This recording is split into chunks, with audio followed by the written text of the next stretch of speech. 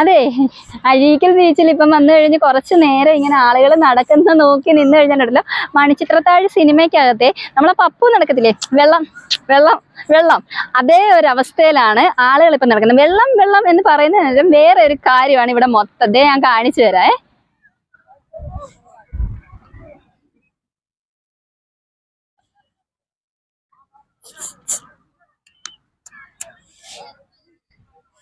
അപ്പോൾ ഞാനിപ്പം ഞങ്ങളുടെ സ്വന്തം അഴീക്കൽ ബീച്ചിലാണ് നിൽക്കുന്നത്. മിക്കവാറും എല്ലാവർക്കും അറിയാം, ഞാൻ എപ്പോഴും അഴീക്കൽ ബീച്ചുകളെ കാണിക്കാറുണ്ട്. അപ്പോൾ ഇന്നത്തെ കാര്യം എന്ന് പറഞ്ഞാൽ കുറച്ച് സീരിയസ് ആയിട്ടോ.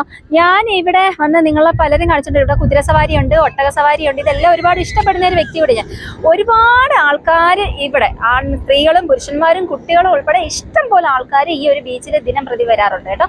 പക്ഷേ ഇവിടെ ഇപ്പോഴത്തെ സംഭവം എന്ന് പറഞ്ഞു കഴിഞ്ഞാൽ, നമുക്ക് ഇത്രയും സ്ഥലം ഏരിയ ഉള്ള ഒരു ബീച്ചാണ്. ഇപ്പോൾ ഇവിടെ ഒട്ടകത്തിൻ്റെയും കുതിരയുടെയും വേസ്റ്റ് കാരണം മനുഷ്യർക്ക് നടക്കാൻ പറ്റുന്നില്ല. അത് മാത്രമല്ല, കുട്ടികളൊക്കെ വന്നു കഴിഞ്ഞാൽ ഇവിടെ കൂടുതൽ നേരം മണ്ണിൽ കളിക്കാൻ ഇഷ്ടപ്പെടുന്നവരാണ്. അതേ കണക്ക് ഇവിടുത്തെ തന്നെയുള്ള പ്രദേശവാസികൾ കുറച്ചധികം ആൾക്കാർ, സ്ത്രീകൾ ഉൾപ്പെടെയുള്ളവർ കച്ചവടം നടത്തുന്നുണ്ട്. ബെജിക്കട, അങ്ങനെ ഫുഡിൻ്റെ ഒരുപാട് കടകൾ.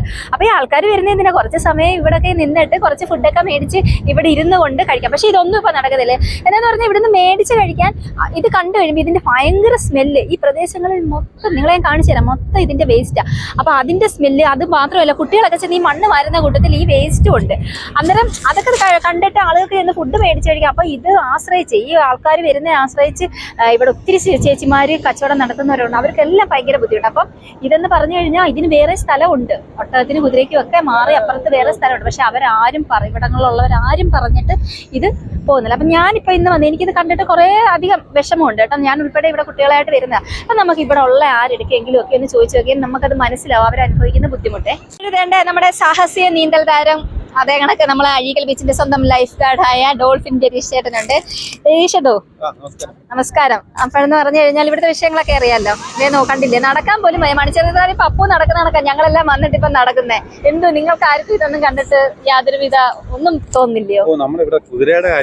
കുതിരയുടെ ഒട്ടകത്തിന്റെ എല്ലാ കാര്യങ്ങളും ഇവിടെ നിരന്നിരിക്കും. കുഞ്ഞുങ്ങളൊക്കെ വന്നിട്ട് മാറി നിൽക്കുവായിരുന്നു. ശരിക്കും പറഞ്ഞാൽ ഇത് നമ്മൾ ഒഫീഷ്യലി ആൾക്കാരായതുകൊണ്ട്, നമ്മൾ ഇവിടെ ഡ്യൂട്ടി ചെയ്യുന്ന ആൾക്കാരാണ്, ഒഫീഷ്യൽ ആൾക്കാരായിട്ട് പോലും നമ്മളിത് പലതവണ വിലക്കിയതാണ് ഇവിടെ. കാര്യം എന്ന് വെച്ചാൽ കൊച്ചു കുട്ടികൾ അടക്കം ഈ വൃദ്ധരായിട്ടുള്ള ആൾക്കാരാണ് വരുന്നത്. കാര്യം നമ്മൾ കോവിഡിന് ശേഷം ഒരുപാട് എന്താ പറയുക, റൂൾസ് ആൻഡ് റെഗുലേഷൻസും അല്ലെങ്കിൽ ആനിമൽസിനെ നമ്മൾ അങ്ങനെ വിടരുതെന്നൊക്കെ പറഞ്ഞ്, അല്ലെങ്കിൽ നമ്മൾ അവർ ജോലി ചെയ്യുന്നതിനോ അല്ല അവർ ജീവിക്കുന്നതിനോ നമ്മൾ എതിരല്ല. അതിനൊരു പ്രത്യേക ഒരു സ്ഥലം മാറ്റിയിട്ട് നമ്മൾ പഞ്ചായത്തിനോട് പറഞ്ഞു, ഇവിടെ വരുന്ന പോലീസുകാരോട് പറഞ്ഞു.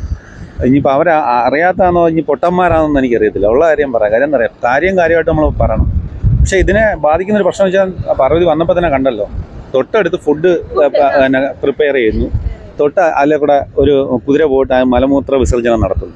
ഇത് നമ്മൾ അവരോട് പലതവണ ഇത് ചെയ്യാൻ പാടില്ല, ഇതിങ്ങനെ ചെയ്യരുതെന്ന് പറയുമ്പോഴത്തേക്ക് ഇവർ കാലുകൊണ്ട് മണ്ണ് നീക്കിയിട്ടിട്ട് അവരങ്ങ് പോവുകയാണ് ചെയ്യുന്നത്. പക്ഷെ ഇതൊന്നും ഇല്ലല്ല, അതൊന്നും ക്ലീൻ ചെയ്യുന്നില്ല. ഇത് മൊത്തം നമ്മളിപ്പോൾ തീരത്തായതുകൊണ്ടാണ് ഇതെനിക്ക് ഒന്ന് കാണാത്തത്. നമ്മൾ കിഴക്കോശത്തൊക്കെ കൊണ്ട് ഇതിന് നമ്മൾ ചെന്ന് കഴിഞ്ഞാൽ അവിടെ മൊത്തത്തിൽ ഇത് ഞാൻ അവരോട് പിള്ളേരോട് തന്നെ പലവട്ടം പറഞ്ഞു. കാര്യം നിങ്ങൾ ഏതെങ്കിലും ഒരു സൈഡിലോട്ട് ഒതുക്കി നിർത്തുകയെന്ന് വെച്ചാൽ ഇപ്പം ശരിക്കും പറഞ്ഞാൽ ഇപ്പം അത് അവരൊരു ധാർഷ്ട്യം പോലെയാണ് ചെയ്യുന്നത്. ഇപ്പം പല ആൾക്കാർ ഇത് പറയുമ്പോൾ പറയാം കുതിരയാണ്, അങ്ങനെ ചെയ്യും, ഞങ്ങൾക്ക് എന്ത് ചെയ്യാൻ പറ്റും എന്നുള്ള നിലയിലേക്ക് മാറി.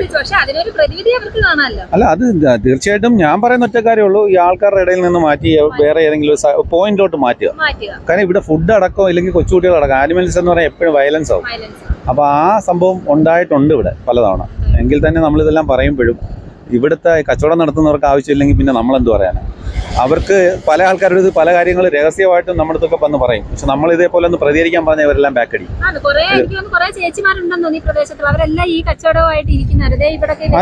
പക്ഷെ ഇപ്പം അവരോട് നിങ്ങളെന്ന് ചോദിച്ചു കഴിഞ്ഞാൽ അവർ ബാക്കടിയും. ഇതെന്താ സംഭവം എന്ന് എനിക്കറിയത്തില്ല. കാര്യം നമ്മളെപ്പോലുള്ള ആൾക്കാരെ കൊണ്ട്, ഞാനിപ്പോൾ ഒഫീഷ്യലായിട്ടിരിക്കുന്നതുകൊണ്ട് എനിക്ക് പറയാൻ പറ്റും. കാര്യം നമ്മൾ ബീച്ചിനെ ബാധിക്കുന്ന എന്ത് വിഷയവും നമുക്ക് സംസാരിക്കാം. നമുക്ക് കളക്ടറെടുത്ത് അടക്കമുള്ള നമ്മൾ പേപ്പർ കൊടുക്കാനുള്ള തയ്യാറെടുപ്പിലാണ് ഇപ്പോൾ നിൽക്കുന്നത്. കാര്യം ഇതിൻ്റെ ശരിക്കും പറഞ്ഞാൽ ഗുണഭോക്താക്കൾ എന്ന് പറയുന്നത് ഇവിടെ കച്ചവടം ചെയ്യുന്ന ആൾക്കാരാണ്. അപ്പം നമ്മളൊരു സൈഡിലേക്ക് മാറ്റിയിട്ട് അവരുടെ ഉപജീവനം നടക്കും, ഇവിടെ നമ്മൾ ഈ പറഞ്ഞ രീതിയിൽ നടക്കും. അതെ. അതെ, അല്ല, ഇത് തീർച്ചയായിട്ടും ഇത് വലിയ ഗൗരവമുള്ളൊരു കാര്യമാണ്. സത്യം ഇങ്ങനെ ഒരു വീഡിയോ എടുക്കാൻ വന്നത് തന്നെ സത്യം എന്താ പറയുക, ഞങ്ങൾ തന്നെ പലതവണ പേപ്പർ കൊടുത്തിട്ട് പോലും പഞ്ചായത്തായാലും പഞ്ചായത്ത് മെമ്പറുടേതായാലും പ്രസിഡന്റൊക്കെ വിളിച്ചു പറഞ്ഞിട്ട് പോലും ഇതിനൊരു നടപടി ഇതുവരെ വന്നിട്ടില്ല.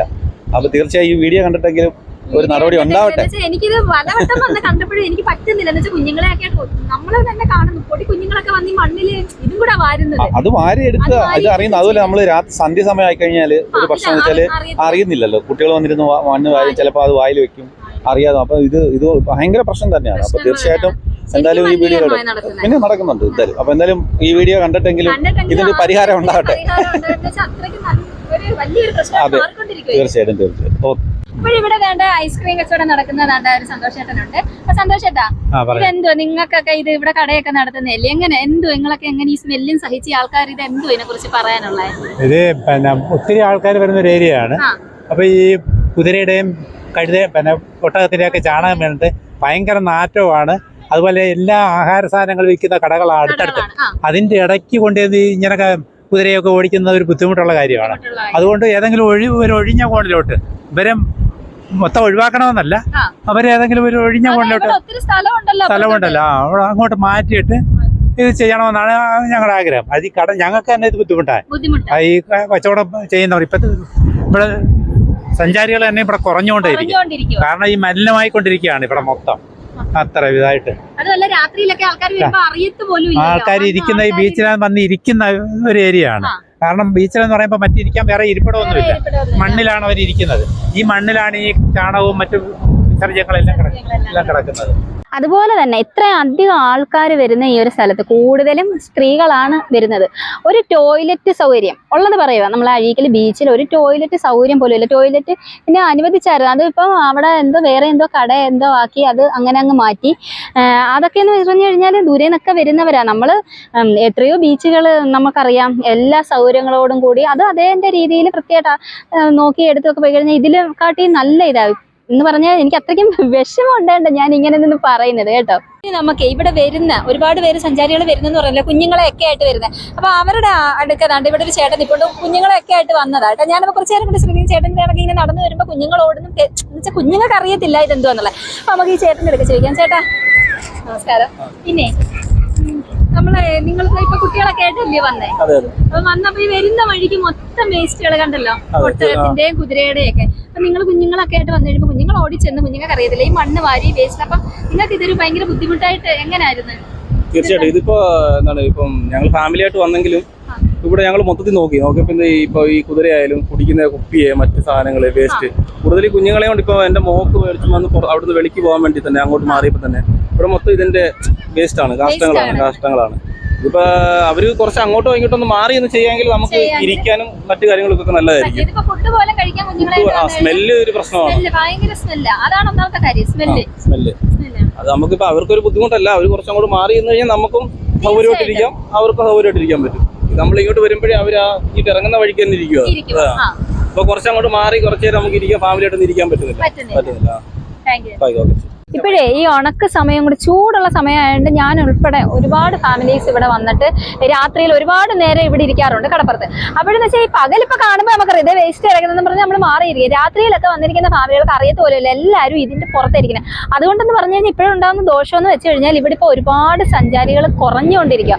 ഇത്രയും ഇതിങ്ങനെ മലിനീകരണം, ഇത്രയും വേസ്റ്റും കാര്യങ്ങളും ഇങ്ങനെ കിടക്കുന്നുണ്ട്. ഒത്തിരി ആൾക്കാർ ഇപ്പോൾ ഇവിടെ അഴീക്കൽ ബീച്ചിൽ കുറഞ്ഞ്.